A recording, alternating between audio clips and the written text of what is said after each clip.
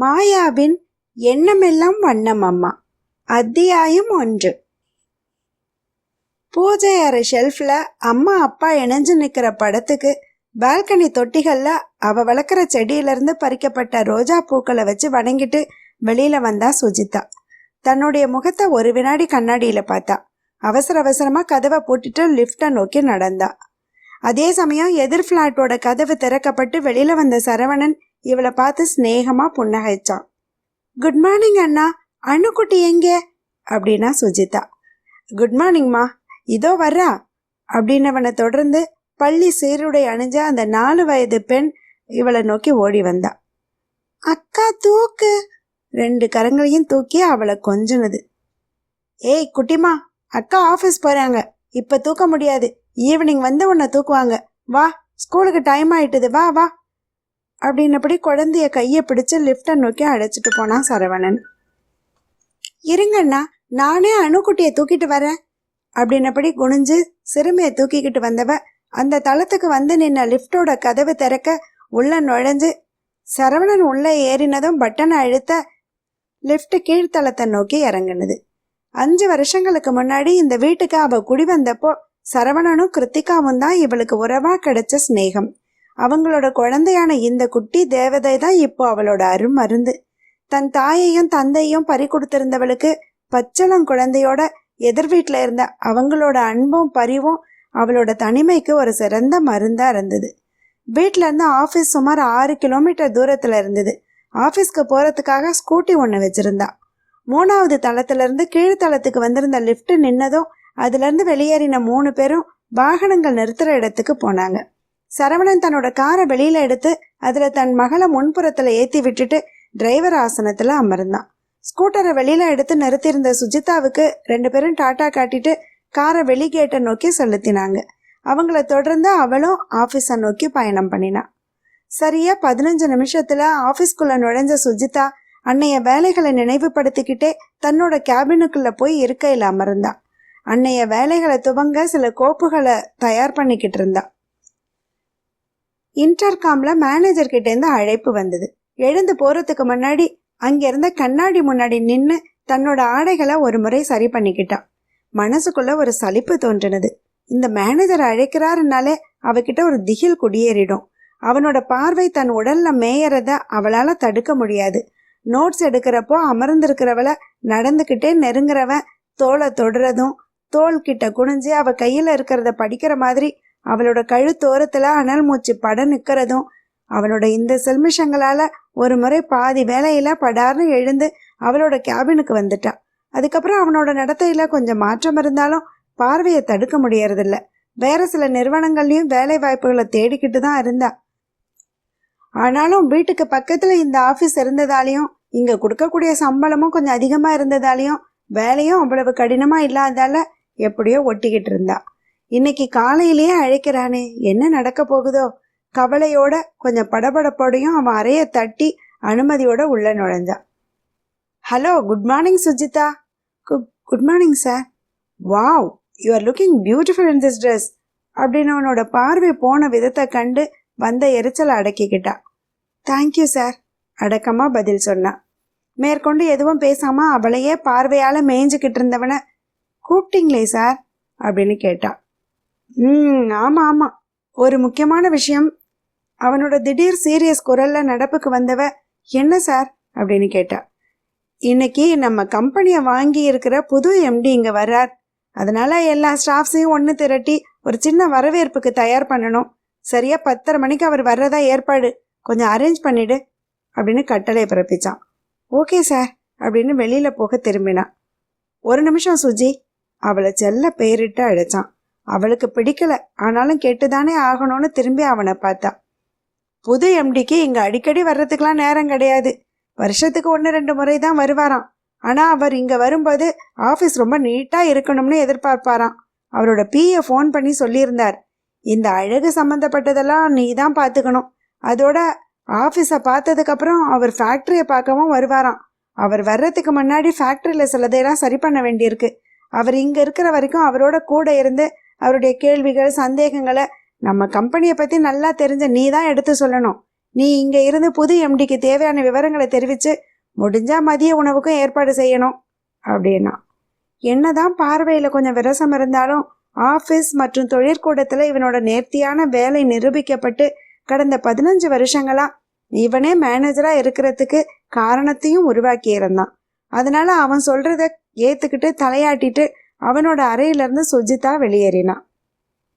அந்த export trading கம்பெனியோட ஆபீஸ்ல வேலை செஞ்ச 18 பேரும் வாசல்ல காத்துட்டு இருந்தாங்க. 10:30 மணிக்கு அலுவலக வளாகத்துல நுழைஞ்ச இறக்குமதி செய்யப்பட்ட அந்த ஆடம்பர சொகுசு கார் போர்ட்டிகோல நின்னது. தாமதிக்காம முன் கதவை திறந்து இறங்கி காரோட பின் சீட்டு கதவை திறந்தபடி நின்ன பிஏவை தொடர்ந்து அவன் இறங்கினான். புது எம்டி வயதான பெரியவராத்தான் இருப்பான்னு எதிர்பார்த்திருந்தவங்களுக்கு ரொம்ப ஏமாற்றம். பிஏவை குள்ளமாக்கிக்கிட்டு இறங்கினவனோட சின்ன வயசை கண்டு சீரணிக்க முடியாம நின்ன எல்லாருக்குமே திகைப்பு தான். அவளும் திகைச்சுதான் நின்னா. ஆனா அதன் காரணம்தான் வேற. என்னதான் கருப்பு கண்ணாடி போட்டு பாதி முகத்தை மறைச்சிருந்தாலும் அந்த அழுத்தமான முகவாயையும் கூர்மையான நாசியையும் நீளமான கால்களையும் கருத்து அடர்ந்திருந்த சிகையையும் இவளால மறக்க முடியுமா? இவனா? போயும் இவன்தானா இந்த கம்பெனிக்கு புது எம்டியா வந்து சேரணும்? எல்லாரையும் அறிமுகப்படுத்துற பொறுப்பு இவளுக்கு இருந்ததால இவ கையில இருந்த பெரிய ரோஜா மாலைய பக்கத்துல நின்னுகிட்டு இருந்த ஹரிணி கிட்ட கொடுத்து அவனுக்கு போட சொல்லி காதுல கிசுகிசுத்துட்டு கொஞ்சம் முன்னேறி வந்து அவளுக்கு இடம் கொடுத்தா. எல்லாரோட கரவொலிக்கு இடையில ஹரிணி முன்னால வந்து அவன் கழுத்துல மாலையை அணிவிச்சா. அவனோட கருப்பு கண்ணாடி அணிஞ்ச முகம் சுஜிதாவை நோக்கி திரும்பினது. அவசரமா வணக்கம் சொன்னவ ஒவ்வொருத்தரையும் அறிமுகப்படுத்தினா. ஆனா தன்னை அவன்கிட்ட அறிமுகப்படுத்த மறந்தாப்புல விட்டுட்டான். கண்ணாடியையும் தாண்டி அவனோட பார்வை தன்னை தொலைக்கிறத உணர்ந்தவ அவனோட அறைக்கு போற வழியை காட்டுற மாதிரி திரும்பி உள்ள நோக்கி விறுவிறுன்னு நடக்க தொடங்கினான். அவளை தொடர்ந்தவன், miss, where is my room? இயல்பா கேட்டான். ஓ, அவனுக்கு தன்னை அடையாளம் தெரியல. அதுவும் நல்லதுதான், இருக்கட்டும். எஸ் சார், அங்கதான் உங்களை அழைச்சிட்டு போறேன், வாங்க அப்படின்னபடி முன்ன நடந்து அவனுக்காக தயார் பண்ணி வச்சிருந்த கேபினுக்குள்ள கதவை திறந்து நுழைஞ்சா. அவளை பின் தொடர்ந்தவன் அங்க போடப்பட்டிருந்த புது நாற்காலியில போய் உட்கார்ந்து ஒரு முறை நாற்காலியை சுழல விட்டு அப்புறம் இவளை நோக்கி திரும்பி எஸ் அப்படின்னு கேள்வியா புருவத்தை உயர்த்தினான். Yes sir, this is your room, may go to my cabin? ஏதாவது தேவை இருந்தா என்ன அழைங்க அப்படின்னபடி திரும்ப தொடங்கினான். சோ, நீ இங்கதான் வேலை செய்றியா? மெதுவா கேட்டுக்கிட்டே அணிஞ்சிருந்த குளிர் கண்ணாடியை கழட்டி மேஜை மேல வச்சுட்டு நிதானமா அவளை மேலும் கீழும் பார்த்தான். இது என்ன கேள்வி? எஸ் சார், இயந்திரத்தனமான பதில அவ சொன்னான். எல்லாரையும் அறிமுகப்படுத்திட்டு உன்னை மட்டும் விட்டுறதோட காரணம் உன்னை எனக்கு முன்னாடியே தெரியுன்றதுனாலயோ? ஓ, இவனுக்கு தன்னை அடையாளம் தெரிஞ்சிருக்கு. வேணும்னே தெரியாத மாதிரி நடந்துகிட்டு இருந்திருக்கிறான். அவளோட குனிஞ்ச தலை மேல பார்வையை அழுந்த பதிச்சவன் கழுத்தை ஆராய்ஞ்சான். திருமணம் ஆயிட்டுதா? மெல்ல கேட்டவனோட குரல்ல கேலி இருந்ததோ? வெடுக்குன்னு நிமிர்ந்தா. ஆபீஸ் சம்பந்தமா எது வேணாலும் என்ன அழைங்க, எனக்கு கொஞ்சம் வேலை இருக்கு அப்படின்னபடி திரும்பி நடந்து அந்த அறையை விட்டு வெளியேறினான். ஆனா அந்தோ பரிதாபம், அடுத்த 5வது நிமிஷமே அவளோட மொபைலுக்கு கால் பண்ணின மேனேஜர், என்ன சுஜி, நான் என்ன சொல்லிட்டு வந்தா நீ என்ன செஞ்சுக்கிட்டு இருக்கிற? உடனே எம்டி ரூமுக்கு போ. இன்னைக்கு ஒரு நாள் முழுக்க கூட இருந்து நான் அங்க இல்லாத ஒரு குறைய நீ தான் நிவர்த்தி பண்ணணும் அப்படின்னு மேனேஜர் கேட்கவும் வேற வழி இல்லாம எழுந்து எம்டி அறைக்கு போனான். சின்ன கேலி புன்னகையோட அவளை பார்த்தவன், என்ன, எனக்கு என்ன வேணும்னு கேட்க வந்தியா அப்படின்னா கடுமையான முகத்தோட பல்ல இழிச்சு வச்சா. அதுக்கப்புறம் அவன் அந்த அலுவலகத்தோட வேலைகளை பத்தியும் ஊழியர்களை பத்தியும் மொத்தத்தையும் அலசி ஆராய்ஞ்சான். கணினியில பதிச்சு வைக்கப்பட்டிருந்த எல்லா செய்திகளையும் அவனுக்கு கொடுத்தவ பதிச்சு வைக்கப்படாத தனக்கு தெரிஞ்ச சிலதையும் சொன்னான். வேலையில நேரம் போனதே தெரியாம மணி 1:30 தொட்டிருந்தது. கை கடிகாரத்தை திருப்பி பார்த்தவன் அவளை பார்த்து, உங்களுக்கு மதிய உணவு நேரம் எத்தனை மணிக்கு அப்படின்னு கேட்டான். எல்லாருக்கும் போலதான், 1 to 2 அப்படின்னா. அரை மணி நேரம் அதிகமாயிட்டுதே, லஞ்ச் ரெடியா இருக்கா? அவன் கேட்கவும் தான் மேனேஜர் கவனிக்க சொன்ன மதிய உணவு அவளுக்கு நினைவுக்கு வந்தது. கொஞ்சம் தடுமாறினவ, இன்னும் ஆர்டர் பண்ணல, வந்து இப்போ ஆர்டர் பண்ணிடுறேன், 10 நிமிஷத்துல வந்துடும் அப்படின்னா. நீ சாப்பாடு எடுத்துட்டு வந்திருக்கிறியா? எடுத்துட்டு வந்திருக்கேன். அப்போ எனக்கு மட்டும்தான் ஆர்டர் பண்ணணுமா? ஆமா. உன்னடையது நம்ம 2 பேருக்கும் போதுமா? என்ன இவன், என்னுடைய சாப்பாடு இவனுக்கு ஒத்து வருமா? இவன்லாம் பன்னீர்ல குளிச்சு 5 ஸ்டார் ஹோட்டல்ல சாப்பிட்றவன். அவளோட யோசனையை கண்டவன், என்ன நீ கொண்டு வந்தது உனக்கே போதாதுன்னு நினைக்கிறியா? அப்போ ஒன்று செய்வோம், உன் சாப்பாட்டை இங்கே யாருக்காவது கொடுத்துட்டு நாம 2 பேரும் வெளியில போய் சாப்பிட்டுட்டு வருவோம் அப்படின்னு வழி கண்டுபிடிச்சான்.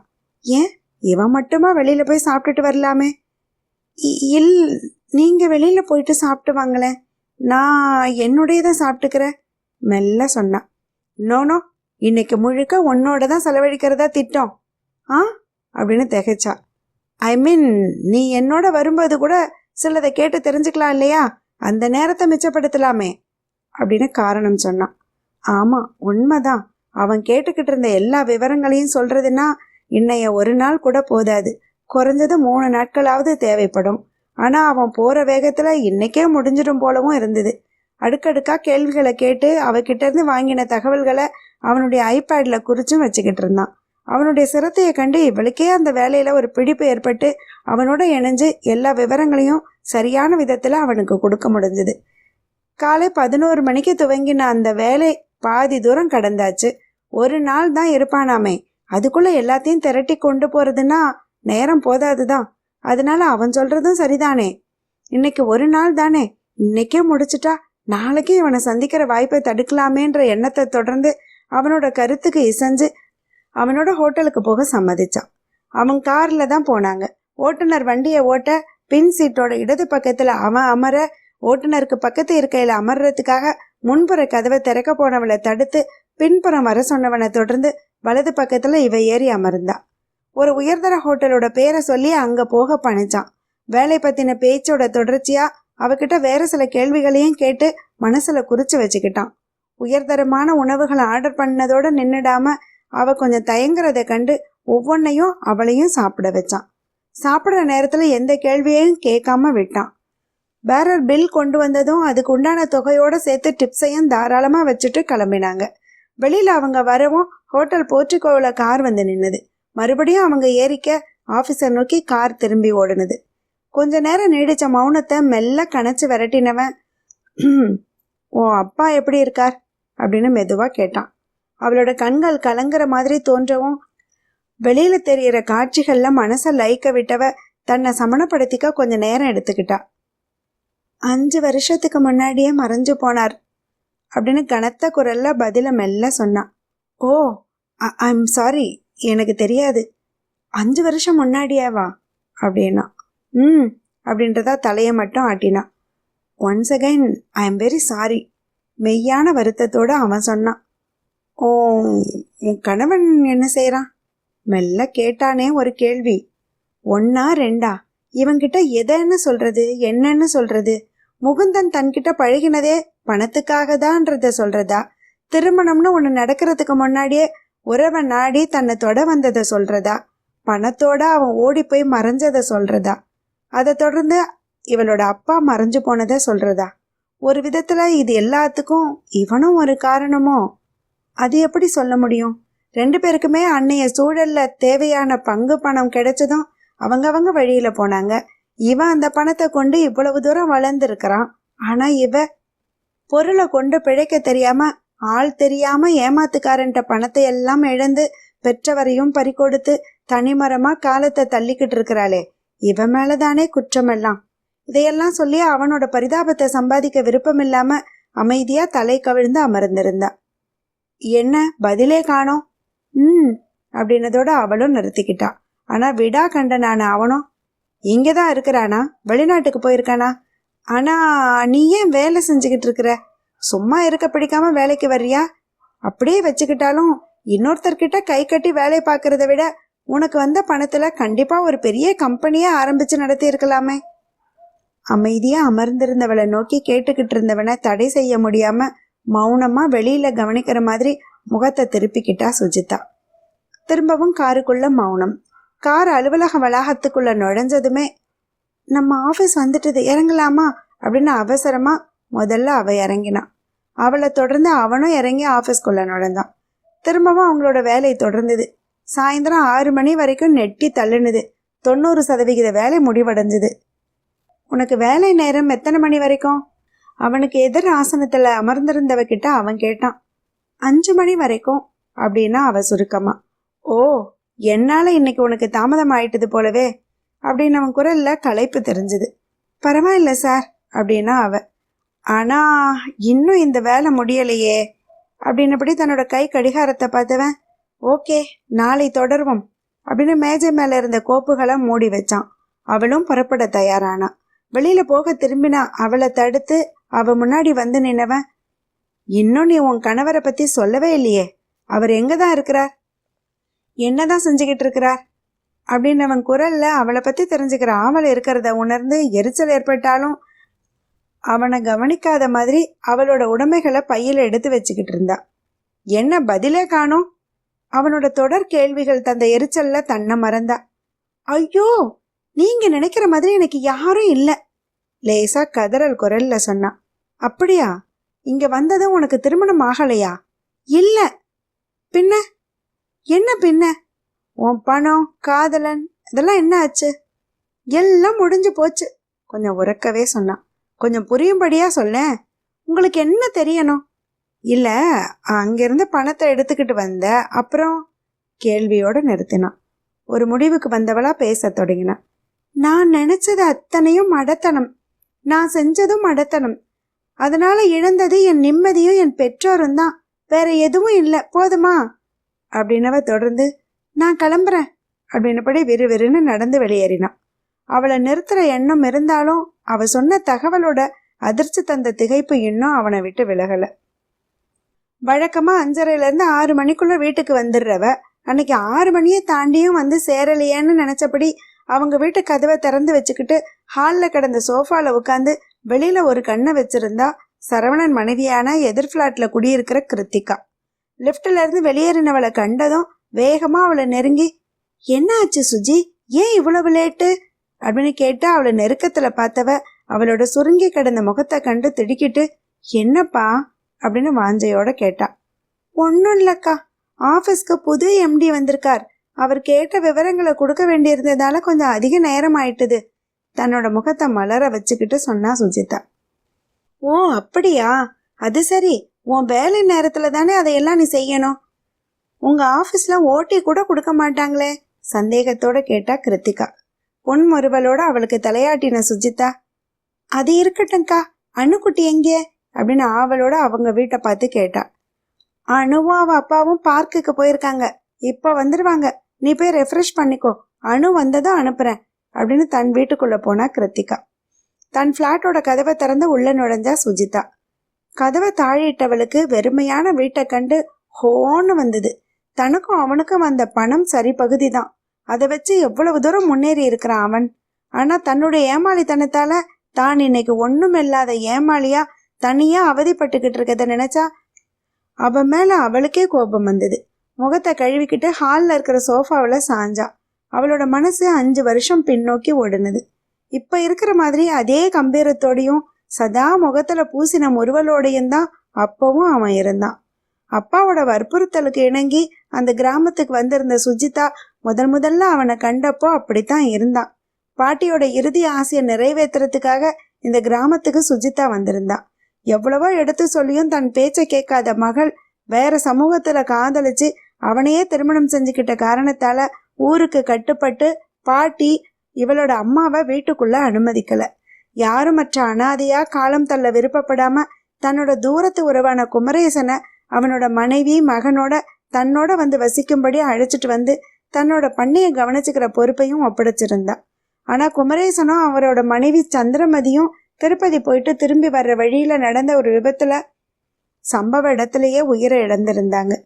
வெளியூர்ல தங்கி படிச்சுக்கிட்டு இருந்த குமரேசனோட மகனான கார்த்திகேயனை அழைச்சு தன்னோட இருக்க கேட்டுக்கிட்டா பாட்டி. பட்டணத்துல தொழில் தொடங்கி நடத்திக்கிட்டு இருந்தவன் அப்பப்போ வார இறுதிகள்ல வந்து பாட்டியையும் கவனிச்சுக்கிட்டு பண்ணையையும் நிர்வாகம் பண்ணிக்கிட்டு இருந்தான். ஏறத்தாழ 20 வருஷங்கள் கழிச்சு தன் மகளை இழந்ததுக்கு அப்புறம் வயது முதிர்ச்சியால நோய்வாய்ப்பட்டிருந்ததால தன் மகள் வயிற்று பேத்திய பார்க்க விரும்பி இவளை மட்டும் வீட்டுக்கு வரவழைச்சிருந்தாங்க பாட்டி. இறுதி காலம் தெரிஞ்சிட்டதுனால அப்பப்போ தன் மகள் குறிச்ச எண்ணங்கள் எழ ஆரம்பிச்சுது. மகள் பத்தின சின்ன கவலையால அவளுக்கு இருந்த ஒரே பெண் மேல வந்த திடீர் பாசத்தால அவளை தன்னை வந்து பார்க்க சொல்லி வரவழைச்சிருந்தாங்க.